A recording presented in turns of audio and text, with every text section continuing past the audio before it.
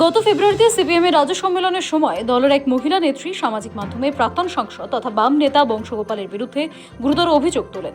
তার অভিযোগ, বংশগোপাল সোশ্যাল মিডিয়ায় লাগাতার তাকে অশ্লীল মেসেজ পাঠিয়ে চলেছেন। এক বা দুদিন নয়, এই বার্তা বেশ কয়েকদিন ধরেই টানা চলতে থাকে বলে অভিযোগ তার। কিন্তু এখনো পর্যন্ত বংশগোপাল চৌধুরীর সঙ্গে সেই কথোপকথনের স্ক্রিনশট সামাজিক মাধ্যমে ছড়িয়ে পড়েনি। এদিকে এই ঘটনার পরেও দলের তরফে কোনো পদক্ষেপ নেওয়া হয়নি বলে অভিযোগ করেন ওই মহিলা নেত্রী। শেষ পর্যন্ত গত রবিবার ব্রিগেডের সমাবেশের পর সামাজিক মাধ্যমে ভাইরাল হয় ওই চ্যাটের স্ক্রিনশট। দলের মহিলা কর্মীরাও সোশ্যাল মিডিয়ায় সরব হন এবং অভিযুক্ত নেতার বিরুদ্ধে গুরুতর ব্যবস্থা নেওয়ার দাবি তোলেন। আর এরপরে সিপিএম এর নতুন সম্পাদক মণ্ডলীর বৈঠকে বিষয়টি নিয়ে পর্যালোচনা করা হয়। এই বিষয়ে জেলা নেতৃত্বের সঙ্গে বৈঠক করেন রাজ্য সম্পাদক এবং 2 সম্পাদক মণ্ডলীর সদস্য। তারপরে শনিবার প্রায় মধ্যরাতে দলের নেতা এবং কর্মীদের কাছে এই বার্তা পাঠানো হয়। জানিয়ে দেওয়া হয়, দল বিরোধী কাজ এবং একজন মহিলার সঙ্গে অশালীন ব্যবহার করার কারণে প্রাক্তন বাম সাংসদ বংশগোপালকে দল থেকে বহিষ্কার করা হলো। যদিও দলের তরফে নেওয়া এই সিদ্ধান্তের বিষয়টি নিয়ে অভিযুক্ত বাম নেতা জানিয়েছেন, তাকে চক্রান্ত করে ফাঁসানো হয়েছে, তার বিরুদ্ধে মিথ্যা কুৎসা রটানো হয়েছে বলে দাবি তার। আমি রাত 12টার পরে জানতে পেরেছি, আনন্দবাজার.com ওটাকে প্রথমবার। আপনার কি মনে হচ্ছে, কি কারণে আপনার? বললাম তো, আবার আমি রিপিট করছি, এই কনস্পিরেসি গত কয়েক বছর ধরে আছে। জেলা ভাগ হওয়ার আগে থেকে আমার লড়াই আছে। ব্যাস, আমি এই পর্যন্ত বললাম। কাছের ঘরে বসে ঢিল মারা যায় না। আমাকে ট্র্যাপ করার জন্য, আমাকে বারবার অপমান করার জন্য, আমি মন্ত্রী থাকাকালীন পার্টির ভেতরের একটা অংশ থেকে বারবার করেছে, চেষ্টা করেছে। তারা, আমি যখন সরকার চলে গেছে, তারা ভেবেছিল মজা দেখবে, 50 কোটির গল্প হয়েছিল, সেই গল্পও আজকে হয়নি। বিজেপির সঙ্গে দাঁড়িয়ে থাকবে যারা, তাদের ঘর থেকে যারা টাকা আনবে, সেটা নৈতিকতা। সিন্ডিকেট চালাবে, সেখানে একাংশ হাত মেলাবে, সেটা নৈতিকতা। আর এরা নৈতিকতা চালাবে। আর এইসব নৈতিক অনৈতিক যদি হয়, তাহলে প্রথম ওই ছেলেটিকে তারা কেন অভিযোগ আনছে না কলকাতার নেতাদের কাছে, যে সে এই জেলায় ঢুকে কিভাবে হোটেলের মধ্যে থেকে দিনের পর দিন এইসব কারবার করে এই গোটা জেলাটা বদনাম করেছে।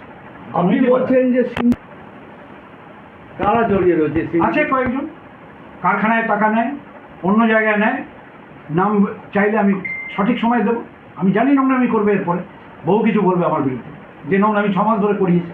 স্বাভাবিকভাবেই ঘটনাটি প্রকাশ্যে আসতেই বিজেপি তৃণমূল একত্রে সিপিএমকে তীব্র আক্রমণ শানিয়েছে। 34 বছরে এই ধরনের বহু ঘটনা ঘটিয়েছে সিপিএম, এমনটাই দাবি বিজেপির। বিজেপি নেত্রী অগ্নিমিত্রা পল বলছেন, সিপিএম শুধু মুখেই মহিলাদের সুরক্ষা ও সম্মানের কথা বলে, বাস্তবে মহিলাদের জন্য কিছুই করে না। পাশাপাশি এই একই অভিযোগ তৃণমূলেরও। তৃণমূলের দাবি, অনেক আগেই কমপ্লেন করা উচিত ছিল। শুধু একা বংশগোপাল নয়, খুঁজলে এই ধরনের অনেক চরিত্র পাওয়া যাবে। পশ্চিমবঙ্গের মানুষ, ভারতবর্ষের মানুষ বারবার দেখেছে। আমরা সেই দিনটার কথা বলিনি, যখন জ্যোতিবাবু ওই বানতলার অনিতা দিওয়ানকে যখন নির্মমভাবে, নৃশংসভাবে ধর্ষণ করে খুন করা হয়েছিল। আমাদের মুখ্যমন্ত্রী বাম নেতা জ্যোতিবাবু বলেছিলেন, এরকম তো হয়েই থাকে।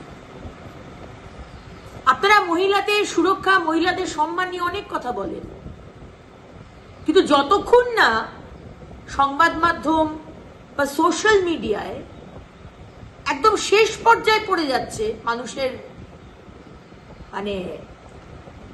কথা, মানুষের প্রতিবাদ, ততক্ষণ অব্দি আপনারা অ্যাকশন নেন না। আজকে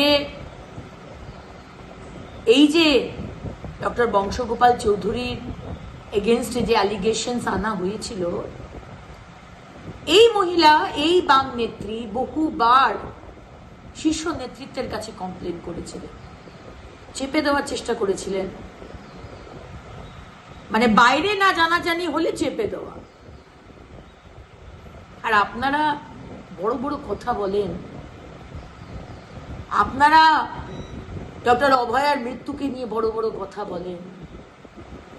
আপনারা মহিলা সুরক্ষাকে নিয়ে কথা বলেন। আপনাদের মুখোশ, মুখ আর মুখোশ পশ্চিমবঙ্গের মানুষ অনেক দিন আগেই বুঝে গেছে। তাই আজকে আপনারা নিশ্চিহ্ন হয়ে গেছেন। না কোনো এমএলএ, না কোনো এমপি। আস্তে আস্তে ভারতবর্ষ থেকে নিশ্চিহ্ন হয়ে যাবেন আপনাদের এই দ্বিচারিতার জন্য। এটা অনেক আগে করা উচিত ছিল। বিভিন্ন সংবাদ মাধ্যমে সেই চ্যাট আমাদেরও চোখে পড়েছে। এর থেকে সিপিএমের অ্যাকচুয়াল চরিত্রটা সামনে আসে। বিভিন্ন জায়গায় তাত্ত্বিক কথাবার্তা, আর শুধু একটা বংশগোপাল কেন, সিপিএম যদি নিজের আয়নাতে মুখ দেখে এমন অনেক চরিত্র পাওয়া যাবে। নারী ঘটিত ঘটনা নিয়ে আলিমুদ্দিনের কোপে পড়েছেন বহু সিপিএম নেতা। মাস ছয়েক আগে এক মহিলা সাংবাদিকের অভিযোগের ভিত্তিতে সিপিএম নেতা তন্ময় ভট্টাচার্যকে দল থেকে বহিষ্কার করা হয়। এবার সেই তালিকায় নতুনভাবে সংযোজন হলো আসানসোলের প্রাক্তন বাম সাংসদের নাম। জয়ন্ত সাহার রিপোর্ট, সময়, কলকাতা।